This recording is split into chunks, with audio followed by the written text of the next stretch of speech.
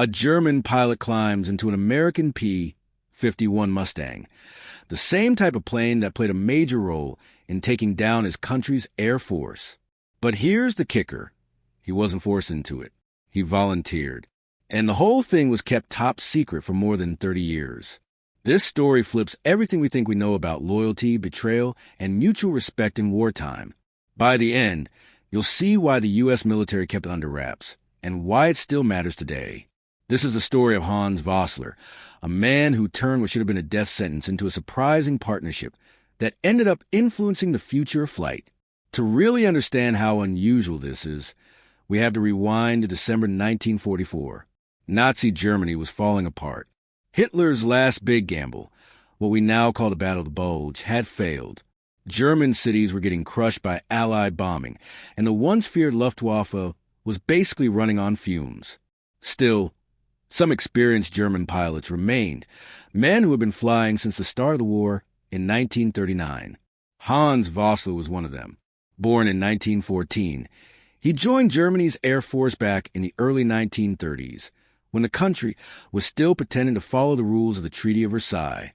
By 1944, he wasn't just a skilled pilot. He was their top test pilot, trusted to fly the most advanced and secret planes, including the cutting-edge Me-262 jet. On a cold day in December 1944, Werner took off in a Messerschmitt Bf 109, a workhorse of the German Air Force. But he wasn't on a combat mission. He was testing out upgrades and doing flight evaluations to keep the Air Force running. Then things went sideways. His engine died mid-flight. The exact cause is still classified, but it might have been poor materials. Germany was using cheap, low-quality metal by that point, or maybe sabotaged by forced laborers. Either way, Werner was now gliding toward enemy territory with a dead engine. Here's where things get really interesting. He could have tried to glide back toward German territory or ditch the plane somewhere safer. Instead, he chose to land behind American lines. Why? While official documents are still partly sealed, we know he later said he wanted to avoid risking civilian lives in a crash. He also figured the Americans would treat prisoners according to the rules of the Geneva Convention. When U.S. troops reached the crash site, they found something rare, a nearly intact German test plane, and inside, one of the Luftwaffe's most experienced pilots alive and unharmed. Usually, enemy pilots were sent for brief questioning, then off to a POW camp. But this time was different. U.S. intelligence quickly realized who they had: Germany's top test pilot, someone who knew the ins and outs of secret aircraft and flight strategies. The officer leading the interrogation, Lieutenant Colonel Harold Watson, was himself a top American test pilot. Since 1943, he had been analyzing captured German planes, trying to figure out how their tech stacked up against American models. Now, sitting across from him was the guy who had actually flown all those German designs. What was supposed to be a 3-day interrogation turned into 3 full weeks. Watson later said those talks were some of the most fascinating of his entire military career.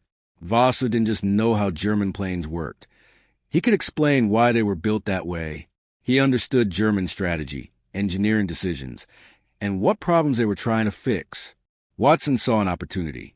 He asked, what if, instead of just talking, we actually let this guy fly our planes and give us real feedback? At first, the idea was shot down. The risks were huge. U.S. aircraft designs were top secret, and putting an enemy pilot in one was a serious security breach.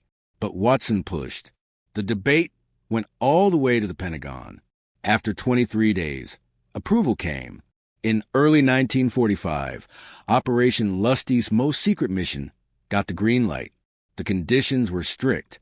Werner would still technically be a prisoner of war, but would stay in comfortable housing, not a regular POW camp. He could only fly planes the Germans had already seen in combat. Nothing experimental. Armed guards would monitor every flight, and the aircraft would be modified to prevent escape. Most importantly, Werner had to say yes on his own. No bribes, no threats. Just a choice. When Watson offered him the deal, Werner went completely silent for 10 full minutes. Later, he said it was one of the hardest decisions of his life. Germany hadn't surrendered yet. Helping the U.S. military was a huge step, but as a test pilot, The offer was tempting. He'd get to fly the very planes he had only faced in combat and study them up close. Finally, Vossler spoke. He said he had conditions. He wouldn't fly missions that could directly hurt German forces. His evaluations would be honest and professional. And when the war ended, he wanted help moving to the United States. After another round of debate in Washington, the response came, yes, March 15, 1945. Wright Field, Ohio. Hans Vossler walked across the tarmac toward a P-51 Mustang. This was the very plane that had helped crush the German Air Force, and now a former Luftwaffe pilot was about to take it for a spin. Everyone watching understood the irony. The P-51 was built to escort U.S. bombers deep into German airspace. It had taken out many German planes, and many of Vossler's fellow pilots. But for Vossler, seeing it up close was like seeing a masterpiece. He was impressed right away, even before takeoff. U.S. ground crews were careful, precise, and used clean, reliable equipment. That was a big contrast to the rushed and under-resourced repairs happening in Germany at the time. His first flight lasted 2 hours. When he landed, a group of American test pilots crowded around, waiting to hear what he thought. Vossler didn't hold back. He said, "Your engineers solved problems we didn't even know we had." But here's the twist that the Pentagon kept hidden for decades. That engine failure that forced Vossler down behind U.S. lines? It wasn't an accident. Records declassified in 1978 show that he sabotaged his own plane. This wasn't just a crash. It was a planned defection, and the U.S. knew it from the beginning. Over the next few weeks, Vossler test flew nearly every major American fighter, the P-47 Thunderbolt, the P-38 Lightning, even early versions of the P-80 jet. Each flight was watched closely, and every bit of feedback was documented and classified. What he shared surprised even the most experienced U.S. pilots. When testing the P-47, he immediately spotted why German pilots had trouble with it. German planes were built for short missions, quick takeoffs, and fast returns. American planes, he said, were built to go the distance, long-range missions, deep into enemy territory. That meant U.S. pilots could stay and fight longer, while German pilots had to head home quickly.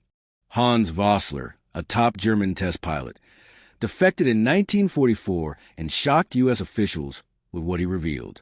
"You're not just building better planes," he told them. "You're building them better." His test flights helped the U.S. understand why their aircraft were outperforming Germany's and exposed flaws in German aviation no one had seen before. But the biggest surprise wasn't technical. It was human. Vossler and Lieutenant Colonel Watson, once enemies, built mutual respect and eventually a friendship. After Germany's surrender, Vossler was offered a role as a U.S. Air Force test pilot. He said yes. His work shaped American aviation for years and laid the foundation for Operation Paperclip, which brought over 200 German experts to the U.S. after the war. Vossler's story, kept secret for decades, challenges simple ideas about loyalty and shows how shared skill and purpose can bridge even wartime divides. In the end, it wasn't just about planes. It was about people,